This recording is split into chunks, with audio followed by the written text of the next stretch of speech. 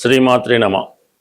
మకర రాశి వారికి వారి జీవితంలో తిరిగి అభివృద్ధి నెమ్మదిగా ప్రారంభం అవడం జరిగింది. దానికి సూచనగా ఈ వారంలో ఏర్పడినటువంటి 2 పంచమహాపురుష యోగ ప్రభావంతో జాతకుడు తన నూతన కార్యక్రమాలు ప్రారంభించి దాన్ని విజయవంతంగా పూర్తి చేయడానికి ఈ గ్రహస్థితి కారణమవుతుంది. ఇక ప్రధానంగా చతుర్థ స్థానంలో కుజుడు స్వక్షేత్రగతుడై రుచిక మహాపురుష యోగం అనే యోగ ప్రభావం వలన జాతకుడు మీరు వ్యవసాయ రంగంలో ఉన్న, స్థిరాస్తి వ్యాపారంలో ఉన్న, భూములకు సంబంధించినటువంటి ఎటువంటి వ్యవహారంలో ఉన్నా దానిపై మీకు సంపూర్ణంగా విజయం లభించడం జరుగుతుంది. చాలా కాలంగా ఇతరుల ఆధీనంలో స్వాధీనంలో ఉన్నటువంటి స్థిరాస్తి మీరు స్వాధీనం చేసుకోవడం జరుగుతుంది. అలాగే మీకు వారసత్వంగా రానటువంటి స్థిరాస్తి మీ పేరున మీ స్వాధీనంలోకి రావడం కూడా జరిగే అవకాశం ఉంది. మరి ఇదే ప్రయత్నంలో మీరు ఏదైనా ఒక స్థిరాస్తిలో భాగస్వామిగా ఉంటూ పరస్పరం పంచుకోకుండా ఇంకా అటువంటి స్థిరాస్తి ఏదైనా ఉంటే దాన్ని మీరు సొంతం చేసుకొని మీ యొక్క బంధువులకో మీ యొక్క అన్నదమ్ములకో చెల్లించినటువంటి ధనం చెల్లించి ఆ ఆస్తిని కూడా మీరు స్వాధీనం చేసుకునే అవకాశం ఉన్నది. ఇక గురువు సప్తమ స్థానంలో ఉచ్చక్షేత్రంలో ఉండడం వల్ల ఏర్పడినటువంటి హంస మహాపురుష యోగం అంటే ఈ సమయంలో ఏది మంచి ఏది చెడు అని తెలుస్తూ ఉంటుంది. అలాగే మీకు ఎవరైతే సంపూర్ణంగా సహకరిస్తారో, ఎవరైతే మీ అభివృద్ధికి కారణం అవుతారో అటువంటి వారితో కలిసి మీరు కొత్త వ్యవహారాలు ప్రారంభించడానికి అవకాశం ఉంటుంది. ఎందుకంటే ఈ సమయంలో శుక్రగ్రహం పంచమ దశమాధిపతిగా ఉన్నటువంటి శుక్రుడు గురువుతో కలియడం వల్ల మీరు కొన్ని కొత్త విషయాలు తెలుసుకోవడం, మీలో ఉన్నటువంటి టాలెంటు తెలివితేటల్ని విపరీతంగా పెంచుకోవడం జరుగుతుంది. సప్తమ స్థానంలో శుక్రగ్రహ ప్రభావం చాలా వరకు మీకు వివాహపరంగా మీకు ఉన్నటువంటి సమస్యలు పరిష్కారం అయ్యే అవకాశం ఉంది. నూతన వివాహ ప్రయత్నాలు కూడా చాలా వరకు ఫలించే అవకాశం ఉంటుంది. ఎక్కువగా ఇది మీరు ఏదైనా సినిమా రంగంలో ఉన్నా, ఏదైనా టాలెంట్ కలిగినటువంటి వృత్తులు అంటే స్వతంత్ర వృత్తుల్లో పబ్లిక్తో రిలేషన్ ఉన్నటువంటి వృత్తుల్లో ఉన్న వాళ్ళకి ఇది చాలా గొప్ప అవకాశాన్ని ఇవ్వడం జరుగుతుంటుంది. కొన్ని కొత్త అవకాశాలు రావడం కానీ, లేదంటే కొంత మీరే వ్యాపారాన్ని వేరే చోట ఇంప్రూవ్మెంట్ చేయడానికి అవకాశం ఉంటుంది. బట్ ఏదైనా మీలో ఉన్నటువంటి టాలెంట్కి తగిన గుర్తింపు వస్తుంది. ప్రధానంగా స్త్రీలకి మీరు చాలా కాలంగా ఎటువంటి సమస్యలతో ఎదురవుతున్నా, అంటే ఏదన్నా హెల్త్ ప్రాబ్లం అవ్వచ్చు, పర్సనల్ విషయాలు అవ్వచ్చు, వైవాహిక జీవితానికి సంబంధించింది అవ్వచ్చు, అలాగే వివాహ విషయంలో కొంత ఇబ్బందులు మనస్పర్ధలు ఉన్నా ఇవన్నీ పూర్తిగా సమసిపోయే అవకాశం ఉంది. ప్రధానంగా సంతానం కొరకు ఎదురు చూస్తున్నటువంటి స్త్రీలకి ఇది చాలా అనుకూలంగా ఉంటుంది. సో ఏదైనా వివాహం 6-7 సంవత్సరాలు అయినా కూడా సంతానం కలిగిన వాళ్ళు ఈ సమయంలో మీ యొక్క ఇష్టదైవాన్నో మీ కులదైవాన్నో ఏదైనా పెండింగ్ ఏమైనా మొక్కులు ఏమైనా ఉంటే తీర్చుకోవడం కానీ, కొత్తగా మీరు ఏదైనా మీ యొక్క కులదైవాన్ని పూజించి మీ యొక్క కోరిక మొక్కుకొని మరి వైద్యపరంగా ప్రయత్నాలు చేసినప్పుడు కంపల్సరీగా మీరు ఈ సంవత్సరంలో కన్సీవ్ అయ్యే అవకాశం ఉంది. ఎందుకంటే ఇటువంటి అవకాశం మీకు అక్టోబర్ నెలాఖరు వరకు మాత్రమే ఉంటుంది. మీలో ఎటువంటి అనారోగ్య సమస్య ఉన్నా, ఎటువంటి ఇబ్బంది ఉన్నా అది దైవానుగ్రహంతో సంపూర్ణంగా తొలగిపోవడం జరుగుతూ ఉంటుంది. బట్ ఏదైనా ఈ మకర రాశి వారికి తృతీయంలో ఉన్నటువంటి శని సహకరిస్తాడు, చతుర్థంలో ఉన్నటువంటి కుజుడు సహకరిస్తున్నాడు, సప్తంలో ఉన్నటువంటి గురు శుక్రులు సంపూర్ణ సహకారం కామన్గా రావడం జరుగుతుంది. మొత్తం ఏదైనా మేజర్ గ్రహాలు మీకు చాలా అనుకూలంగా ఉన్నప్పటికీ 2-8 స్థానాల్లో ఉన్నటువంటి రాహుకేతువులు, అలాగే రాహుకేతువుల మధ్య అన్ని గ్రహాలు ఉండిపోవడంతో ఏ ప్రయత్నం కూడా మధ్యలో ఆగిపోవడం కానీ, దాన్ని ఎవరో ఒకరు అడ్డు తగలడం కానీ, మిమ్మల్ని నిరుత్సాహపరచడం కానీ జరుగుతూ ఉంటాయి. కాబట్టి ముందుగా మీరు ఒక గట్టి ప్రయత్నంతో స్టార్ట్ చేసి ఎటువంటి అవాంతరాలు వచ్చినప్పుడు కూడా దాన్ని ఖచ్చితంగా ఎదుర్కొన్నప్పుడు మాత్రమే ప్రస్తుతం ఉన్నటువంటి శుభ పరిణామాలు మీకు లభించే అవకాశం. బట్ ఏదైనా ఈ రాశి వారు కంపల్సరిగా ఈ శుభ ఫలితాలు పొందాలంటే ఏదైనా ఒక టెంపుల్లో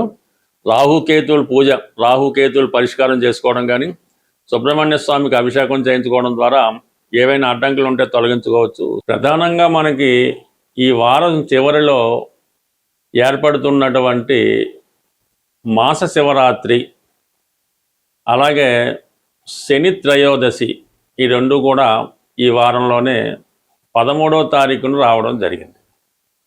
ఇది అధిక మాసం అవడం వల్ల ఈ నెలలో చేసే ఏ పూజా కార్యక్రమం అయినా, ఏ పరిహారం అయినా అధిక ఫలితం ఇస్తుందని పెద్దవాళ్ళు చెప్తూ ఉంటారు. అటువంటిది ప్రధానంగా అంటే మనకి ఈ మాస శివరాత్రి కంప్లీట్గా ప్రతి ఒక్కరు మన ప్రేక్షకులు చేసుకోవడం అనేది విధిగా జరుగుతుంది. అయితే ఈ వారంలో వచ్చినటువంటి శని త్రయోదశి ఒక ప్రత్యేకత కలిగి ఉంటుంది. కాబట్టి ఎవరైతే అంటే అర్ధాష్టమ శని జరుగుతుందా, ఏలినాడు శని జరుగుతుందా, ఏమీ సంబంధం లేదు. ప్రతి ఒక్కరూ కూడా ఎలాగైతే శివునికి మాస శివరాత్రి, మహాశివరాత్రి చేసుకుంటామో, శని భగవానుడు కూడా తనకు వచ్చినటువంటి ప్రతి పర్వదినాన్ని ప్రతి ఒక్కరు చేసుకోవడం వల్ల కంప్లీట్గా శని యొక్క పాజిటివ్ వైబ్రేషన్స్ మన మీదకి రావడం జరుగుతుంది. అయితే చాలామంది మనకి శని భగవానుడికి అభిషేకం చేసామండి, లేదంటే ఈ పూజ చేసామండి, ఫలితం రావట్లేదని చెప్తూ ఉంటారు. బట్ ఏదైనా మిగతా పూజల సంగతి ఎలాగున్నా శని భగవానుడికి చేసే పూజా విధానంలో కొన్ని ప్రత్యేకమైన నియమాలు పాటించినప్పుడు మాత్రమే ఆ ఫలితాలు మనకి రావడం జరుగుతుంది.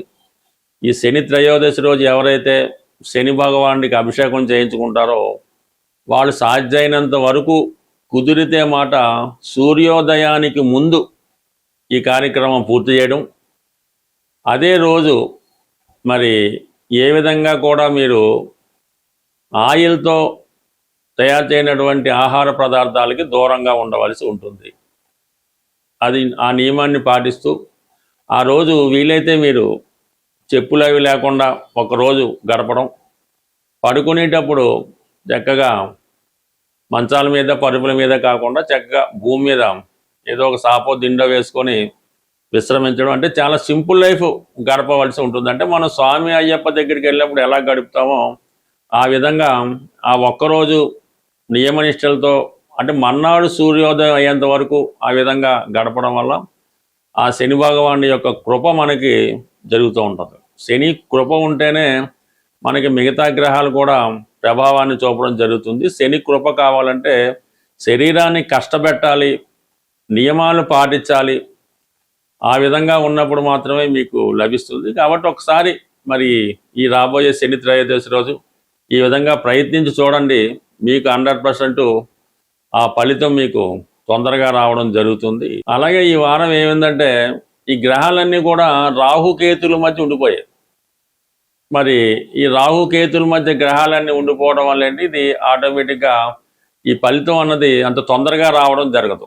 మరి ఎప్పుడు మరి ఈ ఫలితం మనం పొందగలుగుతాం అని మనం ప్రయత్నం చేసుకుంటే ఈ రాహుకేతు గ్రహాలకి పరిహారం చేయించుకోవాల్సి ఉంటుంది. అంటే రాహు కుంభరాశిలో ఉన్నాడు, కేతువు సింహరాశిలో ఉన్నాడు. మిగతా గ్రహాలన్నీ కూడా మరి మీనం నుంచి ఇంచుమించు కర్కాటకం దాకా ఉండడం జరిగింది.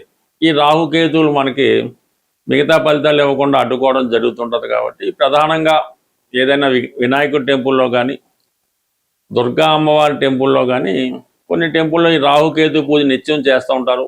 కొన్ని టెంపుల్స్లో రాహుకాలంలో చేయడం జరుగుతూ ఉంటుంది. బట్ ఏదైనా అటువంటి ఆచారం ఉన్నటువంటి దేవాలయంలో ఈ రాహుకేతువులకి మీరు పూజ చేయించుకోవడం మంచిది.